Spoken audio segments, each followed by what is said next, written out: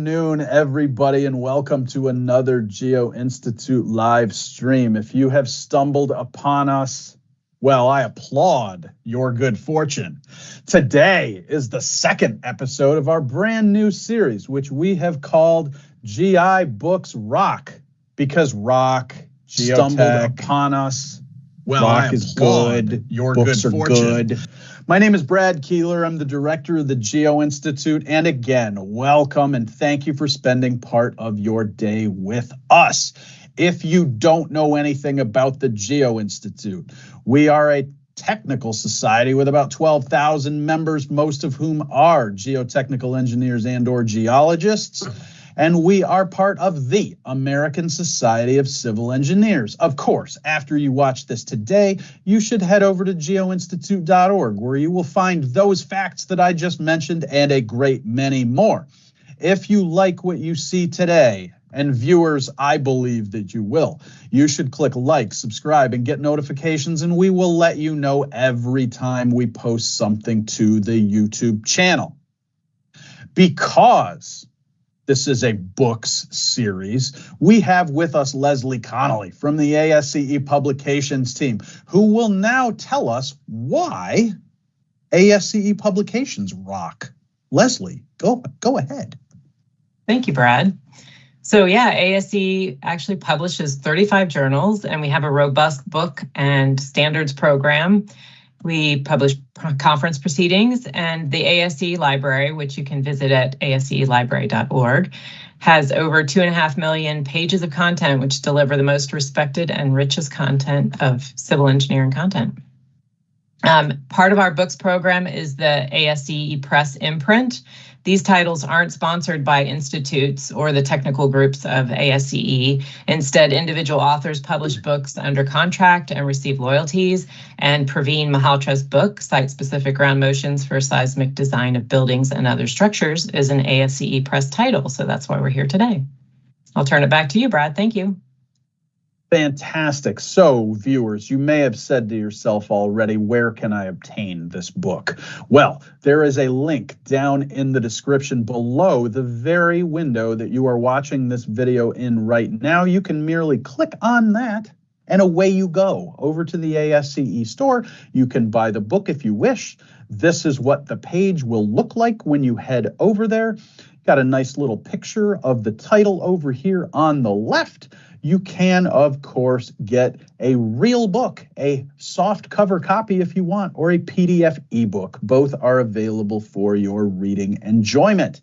Now, we get to the featured presentation. Here to tell us a little bit more about our guest today and tell you who he is as well, from the University of Southern California and our Earthquake Engineering Technical Committee, it is Buka Nweke. Buka, thank you for hosting today. The floor is yours. Awesome. Well, welcome everybody. Appreciate you guys taking the time to join us. As Brad had mentioned, my name is Chukwuemeka Nweke. Most people call me Buka. I'm an assistant professor at the University of Southern California in the Civil and Environmental Engineering Department, Geotech, and hazard engineer myself. Today I have the luxury and the privilege of introducing you to Dr. Praveen K. Malhotra. He is a professional engineer. He's an expert on seismic ground motions and their effect on structures. He received his education in the Indian Institute of Technology in Delhi, the Asian Institute of Technology in Bangkok, and Rice University, where he got his PhD. He worked alongside a lot of geologists and seismologists and engineers and insurers for many years. And then after that, he founded his own consulting company, StrongMotions Incorporated. He's the author of 3 books and numerous peer-reviewed research papers. He's an inventor, an innovator, and a trainer for seismic topics for ASCE in the United States and abroad. Please join me in welcoming Dr. Praveen K. Malhotra to the chat. Praveen, thank you for joining us.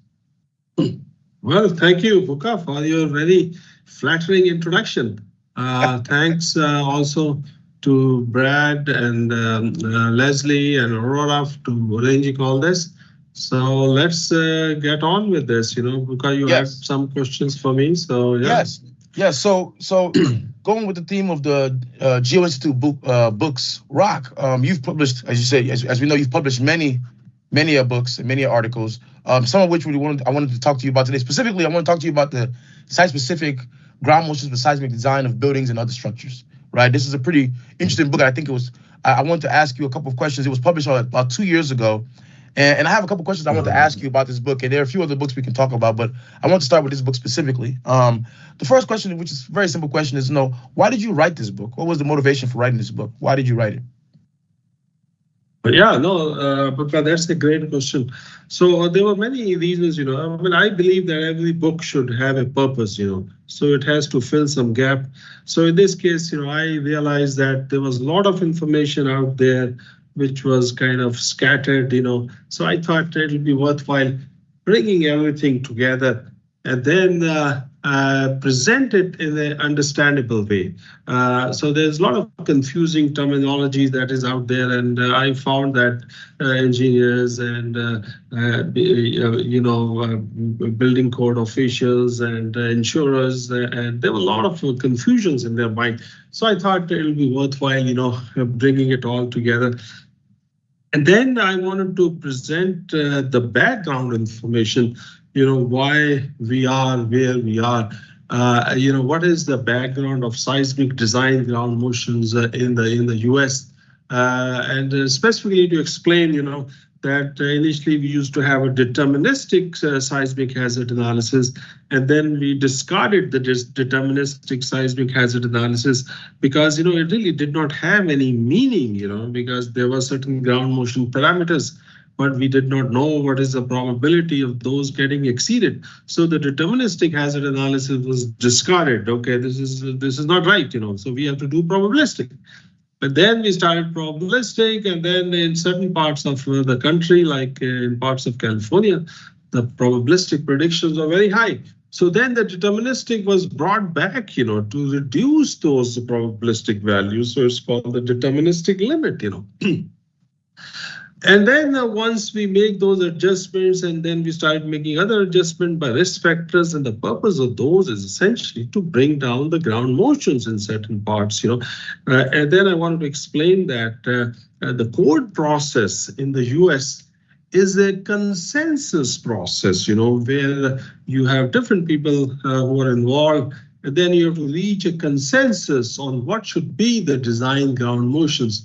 And I wanted to explain that all this process, not everything is science-based. A lot of this is just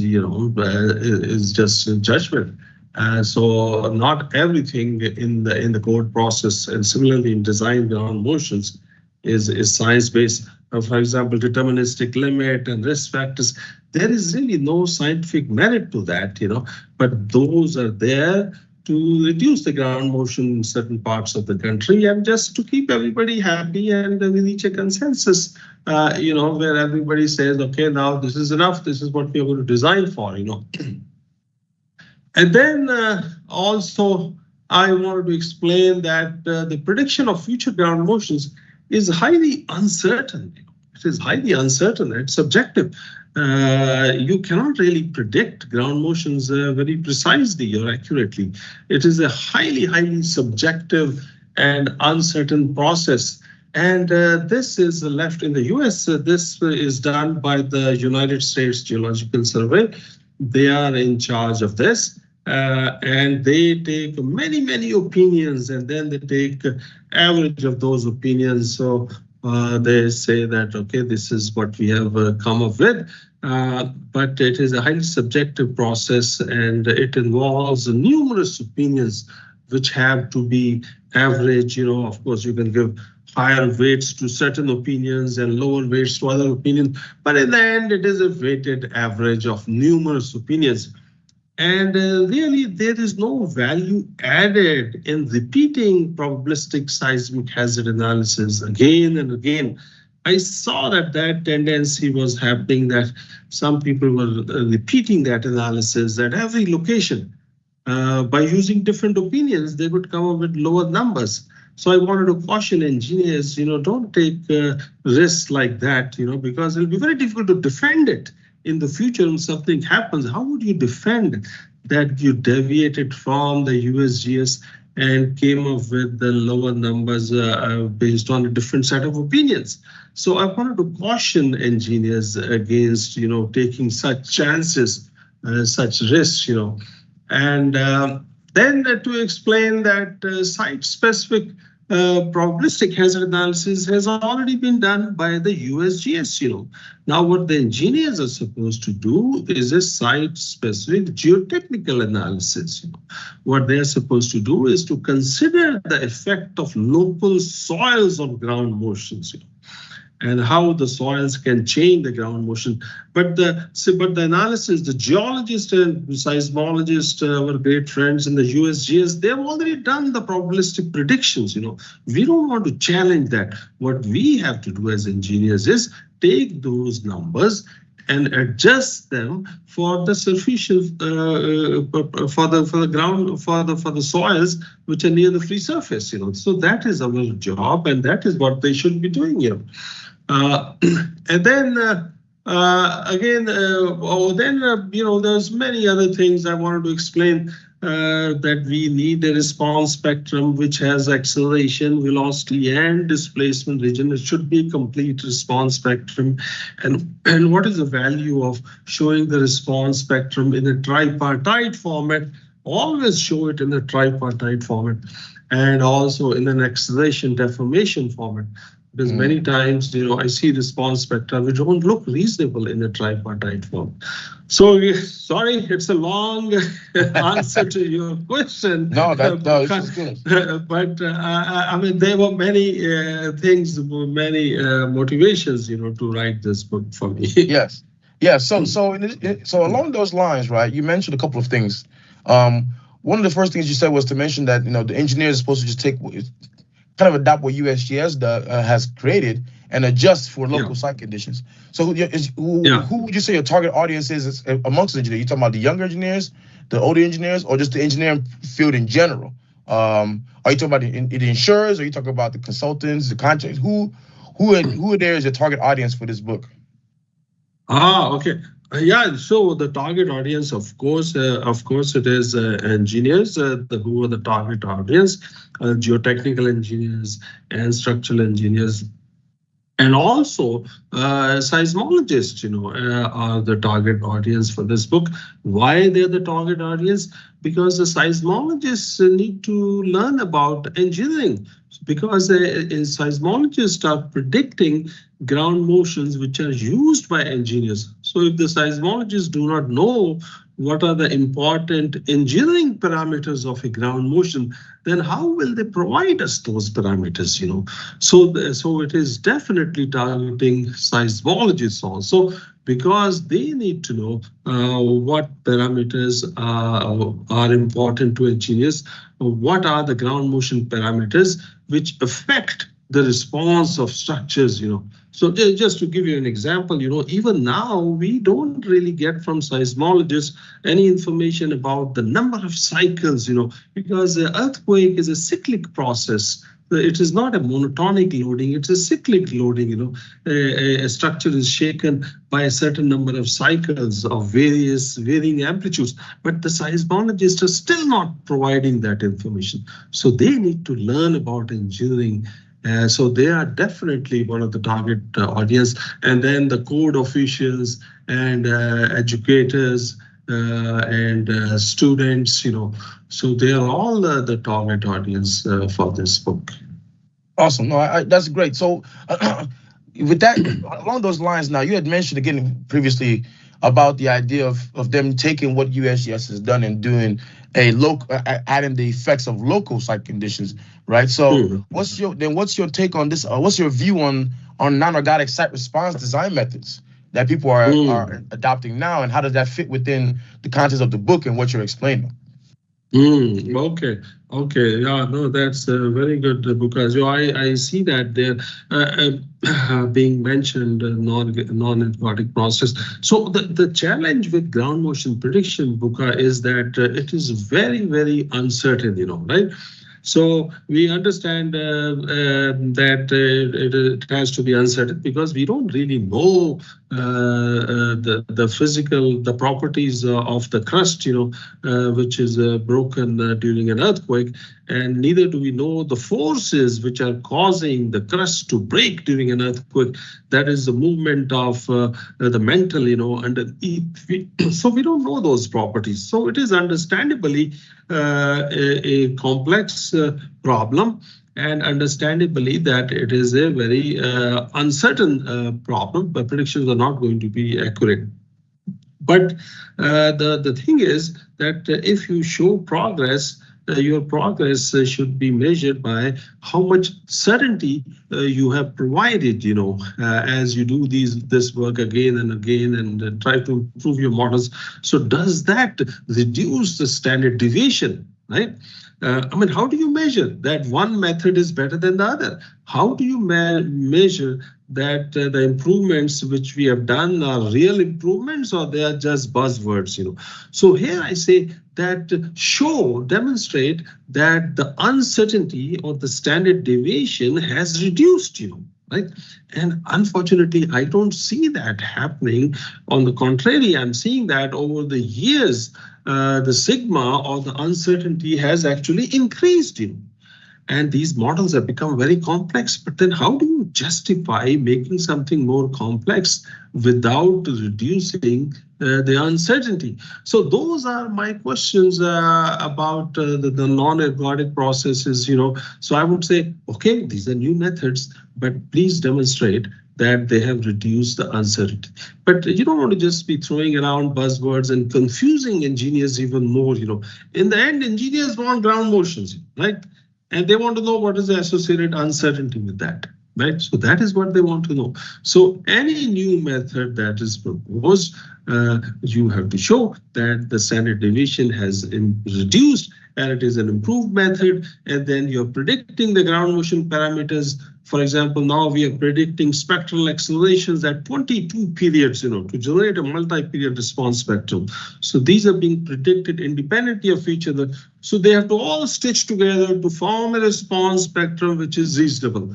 And unfortunately, I don't see that happening in many places, as these models are getting more complex, that they are losing touch with reality. So that is why I say, leave this to the USGS. Let them make those decisions. What is the best method, and let them implement. It is not the job of engineers, just to select some opinions and start doing the probabilistic predictions themselves. They should just focus on the soil and then the response of the structure to the free surface ground motion. So that is my answer to your question, Puka, regarding the non-ergodic processes. Yeah. Thank you so much. So one question I do have is you mentioned these engineers that are doing quote unquote what USGS does. What is there example? Can you give an example of what specifically, like what kind of situation you talking about when they say they're going to take their own opinions to try and go different like counter or go against what USGS does? Do you have an example of that? Okay. Maybe I didn't clearly understand, but let me see if I understood your question correctly. So what I'm saying is, let the USGS do the work of geologists and seismologists. See, geologists tell us that where the earthquakes can happen and how big they will be, right?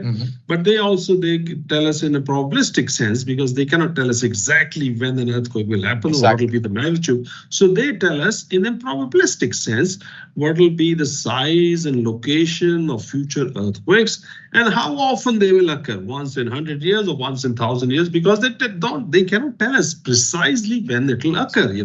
So they say 1 in 100, 1 in 1,000, 1 in 10,000. So let the geologists do that work at the USGS, right? And the seismologists tell us if an earthquake happens, how strong the ground will shake, right?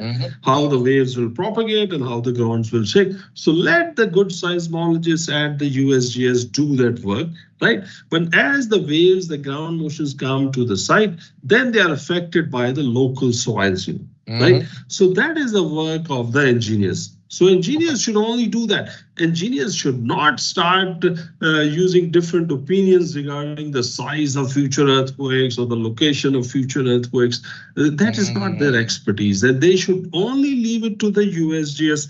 Let them do it once every 4 years And then engineers make adjustment for local soils. But for every new project, you don't want to start redoing the PSHA, Yes. Yeah. right? Because that is a trend you are seeing there now. People are just using these black box computer programs and they just redial here and there. They come up with lower numbers, So the purpose of PSHA is not to get a lower number, right? That is not the purpose. That should not be the purpose. So just take the numbers from the USGS, those you can defend. Because in the future, if you're questioned, a building falls down or something, and because you use 10% lower numbers, then how will you justify that, right? Yeah. How will you justify? How will you say, I know better than the USGS, right? So you cannot justify that. So don't fall for that trap. I know there may be pressures on engineers, to sometimes give lower numbers, but you don't want to do that. You want to just say, I took the information from the USGS, but I made adjustments for local soil conditions. And these are the free surface motions, and tell the engineers, go ahead and design for those. That's what it should do. Yeah. Makes sense. Yeah. Thank you, Praveen. Yeah. That makes sense. So next question I have in addition to that is, now, from that perspective, I'm sure you've written many books. You probably plan on writing more books. So to go, or maybe another edition. So as we learn more things about site response and there are more revelations come out, USGS makes some changes and do all these things. What are the next things you think you would add in the next edition of your book? Yeah, so the next edition, certain things are pretty obvious. I'll have to do that now. Since the last edition of the book, the USGS have now provided more information to us, in the latest update. So they have provided more information to us, and that is fine. That is good. So the ASCE 7 also has a newer version. Now we have ASCE 722. So of course I will update the book to include ASCE 7 requirements, and then there are a couple of things I did not clarify enough or did not devote enough time in the previous version. And one of those things involves, improvement of the site, for example, See, I need to emphasize more that earthquake does not happen at a single point, Earthquake happens over a large area, right? So your site, the soil below your site is not shaking independent of the soil next to it in the neighborhood, right? Yeah. So everything is moving together, right? So if you do improvements below your site, they may not have much impact on the overall soil conditions in that area, So engineers should be mindful of that. If you improve the soil below your site, there will be some benefits, For example, you can mitigate the liquefaction potential, you can increase the bearing capacity, but you cannot change the site class. So those kind of things I want to caution engineers. So don't make such mistakes that you compact the soil below your site and you change the site class from E to D or E to C, because you have to be mindful that your site is moving with the rest of the soil in that area. And if that is not improved, then you really cannot change the site class. So I just wanted to caution engineers about that. And then I want to provide a little more information about the ground motions which are needed to conduct a performance-based seismic design. So present acceleration, deformation, response spectra for various values of damping, and then provide a cyclic demand spectrum for various values of damping. So I would add that in the next version because see, it is the job of the engineer to determine how much the structure will deflect and what will be its damping. So, but you have to provide information so any structure can be built at that site. Secondly, the ground motion should never be dependent on the structure. Free surface ground motions, they don't depend on the period of the structure. They should be totally independent of that, right? So you provide the ground motion to the engineers, and they should be able to design any structure at that location. And then, to 5-story building, a 10-story, 20-story building. It doesn't matter what structure they're going to do. So there are those kind of things that I want to add. And then maybe other things, when I start writing the draft of the book, so there may be other things also I would add. No, that makes sense. That makes sense. Yeah. And also for our audience, please, if you have any questions, please feel free to add them into the chat in this forum or this meeting. You can know the chat is available for you to add any questions. So for audience members, if you have any questions at all, please add them in, and we'll address the questions as we go along. So please feel free to ask your questions as we go along. So along that lines, Praveen, thank you again for the explanation. So there's a lot that's been going on.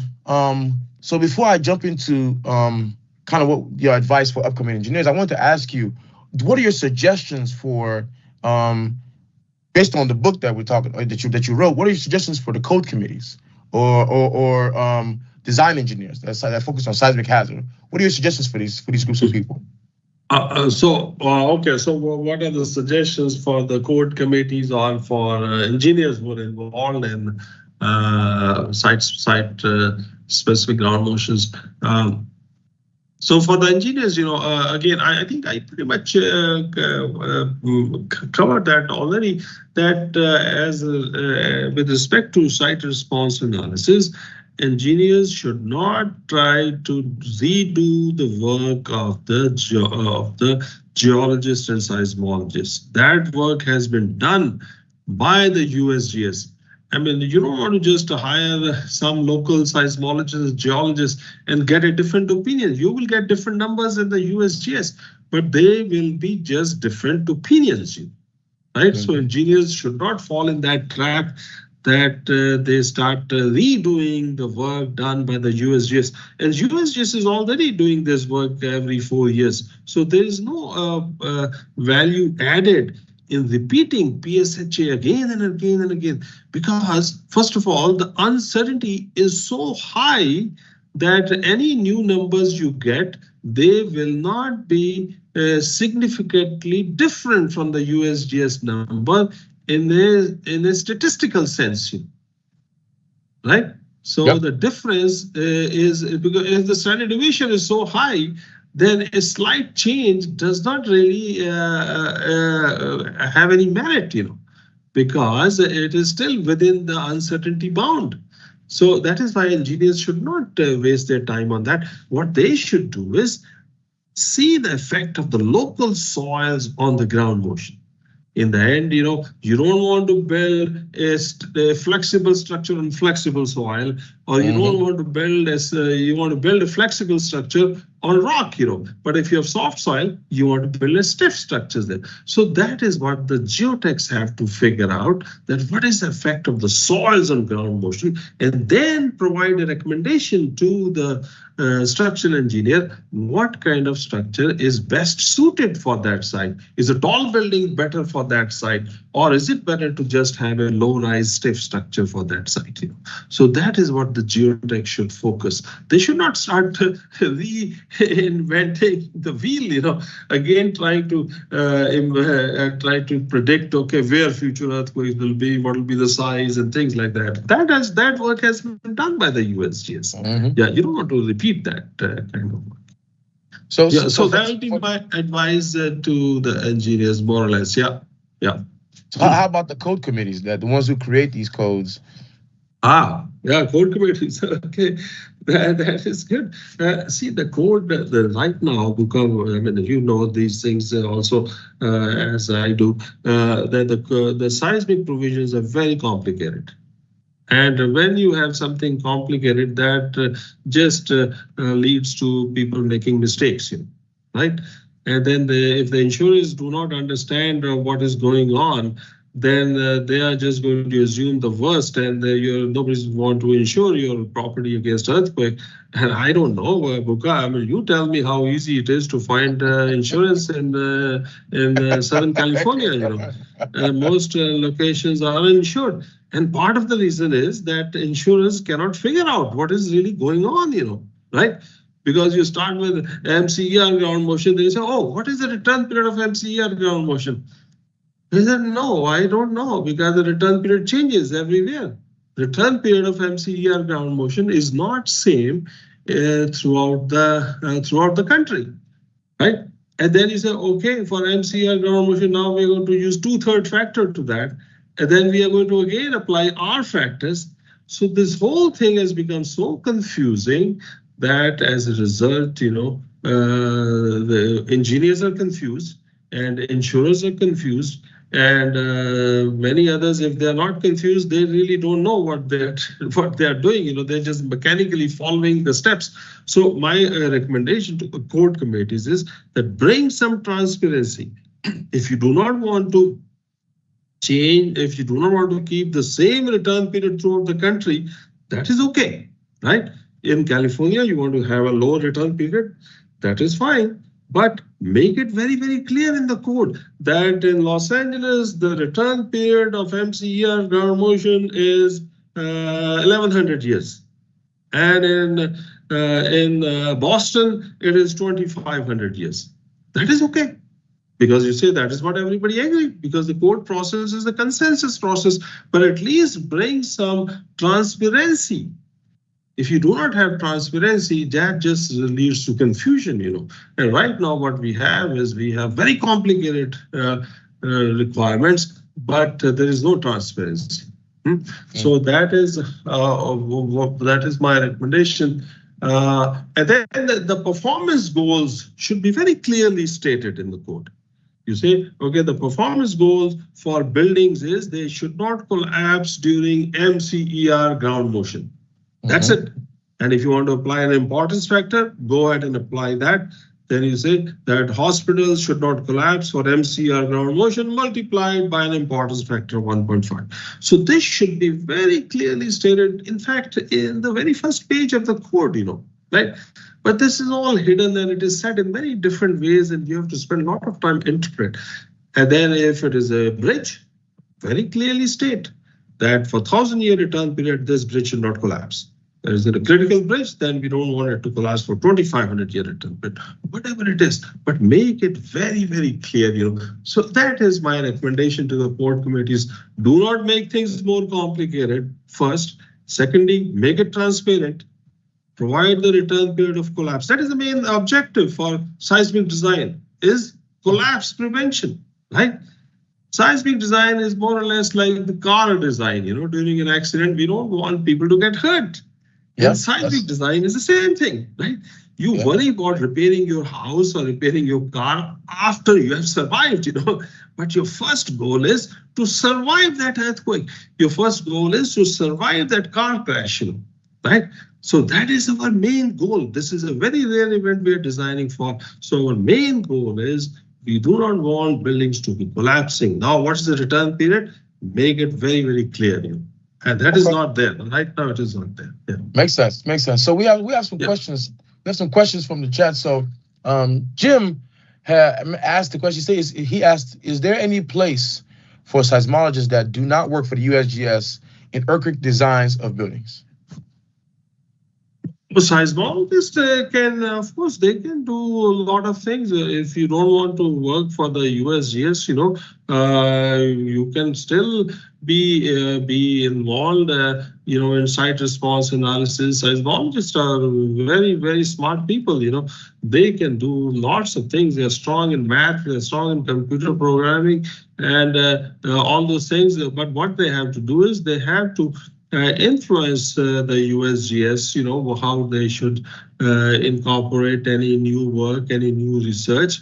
And right now, what the information we are getting about ground motions is not directly useful to engineers. So seismologists can learn about engineering and provide engineers with those parameters which engineers can use in performance-based design, like the number of cycles and the ground motions for various, various values of damping. And the seismologists are good in math, they can do all these programming, to process ground motions. which are then used for design purposes. So there is a lot of work for seismologists out there. Yeah. Yeah. That's good. That's good. That's good. We also have a comment from Eric Tambakwa. He mentions that he has a comment. He says that he believes that this increase in site-specific ground motion analysis is due to the requirement for Site Class D in ASCE 716, because in Site Class D you have that uncertainty between whether you do a site-specific or a ground response analysis, and supposedly he's mentioned that should go away once you start using 722. So I don't know if you're familiar with 722 in a bit of detail, but do you have any comments related to that comment? Okay. Well, see, earlier USGS were providing us fewer ground motion parameters, and from there we were using a 2-period response spectrum, which is a Newmark-Hall spectrum. But the Newmark-Hall spectrum is not valid for narrow banded ground motions, which we can expect in Site Class D or Site Class E, or strongly shaken soils which become softer and the ground motions then become narrowly banded. So now in the next version of ASCE 7, the USGS are going to provide us many more values at many different periods, so we can generate the narrow banded response spectrum from the USGS information. So there is no need for a ground motion hazard analysis, because the USGS is already giving us all that information. You can generate a multi-period response spectrum, but the only thing the USGS will not be doing is the USGS, they use empirical methods, or statistical methods to generate ground motions. But geotechs may prefer a physics-based analysis, like propagation of the waves through the soil, perform a dynamic analysis of the soil. So that is where the engineers can do a site response analysis. So there are going to be some simplifications, I would say, in the next version of the code, because the USGS will provide more information. Yeah. So in that regards, because as you say that, right? So in the next book, and I don't know how familiar you are with the physics-based simulation products that are being done by either the statewide California Earthquake Center or a few others. But there's this goal now to go to the incorporation of physics-based simulation, earthquake simulation products of scenarios the way we don't have the data. So large events at close distance. What's your perspective on those, and how you think that will fit within the structure of the seismic hazard design moving forward? No, see, it's a good start. I mean, we should do those things, but see, Puka, the problem is very complex. See, why is the earthquake happening? The earthquake is happening because the magma or the mantle is moving, below the crust, right? And as a result of that, the crust is getting stressed, and at some point it is going to fracture in a brittle fashion, So that is essentially an earthquake. So, but the thing is, I mean, do we know the properties of crust enough that we can use a physics-based analysis? And do we know the movement of the mantle? Do we know the velocity of the mantle? So those are the key parameters. So if we do not know those, there is only limited progress, we can make, but it is definitely worth exploring that. It is definitely worth exploring that, because in the end, we want to be in a deterministic world, where we know everything. We want to ultimately reduce the uncertainty. We do not want to increase the uncertainty. Our goal is to reduce uncertainty. We want to be ultimately in that world where we know everything, right? But to get there, we will have to do work, right? We will have to learn more about the crust. We have to learn more about the movement of the crust, velocity of the crust, and then make these physics-based models. They are simply, finite element models. That's what it is going to be. So, but as long as if you're not doing that, then I don't know what you can call it, physics-based, but then it is not really physics-based. Just show me a finite element model of the crust and show me the movement of the mantle underneath, right? And if you have that model, then you can model a fracture of rock and then see how the waves are propagating, how the ground is moving. But yeah, ultimately we want to be there. We are not going to be there in the next 10 years or 20 years, but in the next 100 years, yes, we want to be there. Yeah. But till that time, yeah, we have to just collect as much data as we want and try to even design for the worst, that can happen. That's true. Now, I want to touch on another thing that you had mentioned. And you mentioned that the tripartite response spectrum. Yeah. I don't know if many engineers nowadays really are familiar with the tripartite perspective, because I think the response spectrum nowadays is primarily just given in acceleration response spectrum, which is just the PSA super acceleration versus the natural period. Could you explain more about the tripartite plots and what that shows and more beyond the typical response spectrum how it's shown today? Yeah, no, that's a great question, Buka. See, the tripartite response spectrum is not a new idea. That idea was, that originated in the 70s. Right, we had earthquake greats like Hausner and Newmark and Willetsos and all these people, Hall, and these are the great people, who came up with that tripartite plot, and they showed us what is a reasonable shape of the response spectrum, right? But the tripartite plot is in a logarithmic scale, and engineers do not prefer logarithmic scales, so they said we want a linear plot. And then we were doing a linear plot of the spectrum, which was acceleration spectrum. But acceleration spectrum tells us the force in the structure of a specific period, right? However, the period of a structure is actually not fixed during the earthquake, because as the structure is shaken stronger and stronger, it becomes softer and softer. So the period keeps changing. So for that, you need a different plot of the response spectrum, which is an acceleration deformation spectrum, right? Which is a linear plot, but it shows you the force as well as the deformation, right? Where it says that the strength of the structure doesn't depend on its period, but it depends on its deformability and its damping, right? Because the period of the structure is not fixed. We use a fixed period only in an artificial analysis, and then it gives us a very large force, and then we reduce it by these R factors. We say, oh, because the analysis was wrong, and we apply this fudge factor. So, but anyway, so that the tripartite, I always recommend an engineer to plot a response spectrum in a tripartite format. It tells you the force as well as the deformation, tells you everything, right? And then when you see that, you can easily tell whether it is a reasonable shape or it is an unreasonable shape. If it is an unreasonable shape, send it back to the person who has predicted ground motions for you and ask them to fix it, And so that is why it is very, very important, tripartite spectrum. So one question: how are you? And this is a question for me specifically, trying to figure out what happens in the tripartite response spectral plots for sites where you have fling step or permanent fault displacement. Where you have permanent fault displacement, Buka, what happens is that your displacement is very large then, right? Your displacement may be 4 feet or 5 feet, it can happen, right?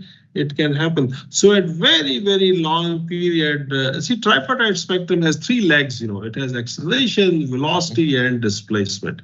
So then what is going to happen is that your displacement is going to be very, very large, so that portion of the spectrum is just going to shift. But again, I've said that, but that is a simple answer. But the real answer may be a little bit more complicated. Because a fault displacement, unless it happens below your building, right? If the fault displacement happens below your building, then your building is finished then, right? in most cases, unless you have a rigid mat or something, you may still survive it. But for most cases, it will be finished. But if your building is on the side and the fall displacement is on the slightly away, so your building still moves a lot, but it doesn't really affect its response much, right? So again, you ask a great question. But I think you probably already know the answer to that also. but you just want to trip me on that. No. Yes. I asked that question more so because you had mentioned that the shape in the tripartite plot is very very important. But I can imagine that the shape when you have like permanent displacement may change a little bit. Right. It will change. So it will change. So is there a range of, and I'm asking this for myself, is there a range of reasonability, right, or a reasonable shape, like because my question? Let me simplify it. Is there a shape at which beyond which you would say, okay, even if you have the flex step, this is still not an acceptable shape for response spectrum in the tripartite plot? Oh no, if we have a fall displacement, we have large displacement, we know what is a reasonable shape for that. Yeah, okay. We know what is a reasonable shape for that. Yeah. Okay, good. Because see the tripartite spectrum, it has a different shape for a narrow banded ground motion where the velocity is high, right? And acceleration and displacement are not very high. But it's a broad-banded ground motion where the velocity is low and the acceleration and displacements are relatively higher. So that's a broad-banded ground motion. Yeah. So the shape for a broad-banded ground motion is different than the shape for a narrow-banded ground motion. Makes sense. But we know what a reasonable shape of the spectrum should be in the tripartite format. But in an acceleration deformation format, in an acceleration plot, it is not apparent. Yes. The shape, the correct shape is not apparent. Yeah. Yes. So for our attendees, this question about the tripartite, you can learn more if you go and download the book. The book has very clear details and explanations about this tripartite plots, and I think very important. It's very very pertinent to what we're talking about right now, and I think we appreciate it once you go look in the book. And also, if you have any more questions, please, as our audience, please put them in the chat so we can address them as we go along. So along those lines, Praveen, thank you again so much for these very, very, very, very important comments. What is your advice for upcoming engineers hoping to jump into the realm of site response and house analysis? What advice do you have for them, the upcoming engineers? Yeah, no, I first, I would say this is a very, very exciting field. It's a very interesting field. I've been working in this area for a long time. And every time I see a new ground motion, I just get, maybe it's just me, I'm filled with excitement. So it's a very, very exciting field. And it's a widely open field. So there is a lot of scope to do new things in this field. But the one thing I would urge engineers not to do is to make it more complex. Right? So what you don't want to do is to make it more complex because there is already a lot of confusion. So what you want to do is to simplify it, right? To simplify it and present information that is helpful to engineers and to insurers and to owners, for example, right? So to present the information in a way that it is clearer to them.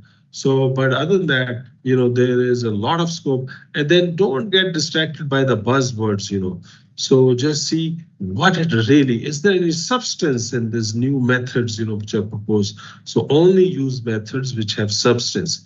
So that will be my advice to young engineers. But definitely, this is a wide open field. A lot of things to be done in this area. Yeah. Awesome. No, thank you for that. That's a very pertinent advice, and the field is definitely wide open. There's so much to do, and I'm assuming with the advent of these new methods of AI and these new tools that we have, things will become we may be able to reveal and see more things with regards to the seismic hazard, and we have more data. There's nothing as you said, the same thing with you. As you said, I get excited, crazy enough. Let me be careful. But when we have a new ground motion, things are very exciting. Even recently when we had the earthquake in Los Angeles, one, I was a little worried because I live in Los Angeles, but two, I'm like, whoa, this is data because I know all the sensors are close by. is a lot of data that we that we get. So these are very fascinating, wonderful things at the same time, and scary at the same time. But that's life. If you live life on the edge, or you live life taking risk, you enjoy these moments for what it is, even though we try to improve and get better. So we thank you for that, Praveen. Thank you so much.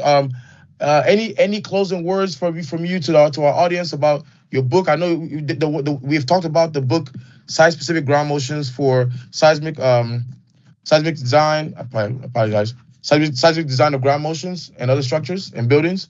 And you have another book which you call Design of the Strongest Ground Motions that you have also released recently. I think it was at the end of last year, 2023. So do you have any words to essentially share about people, to let them know about these books and what's coming up in the future? Yeah. I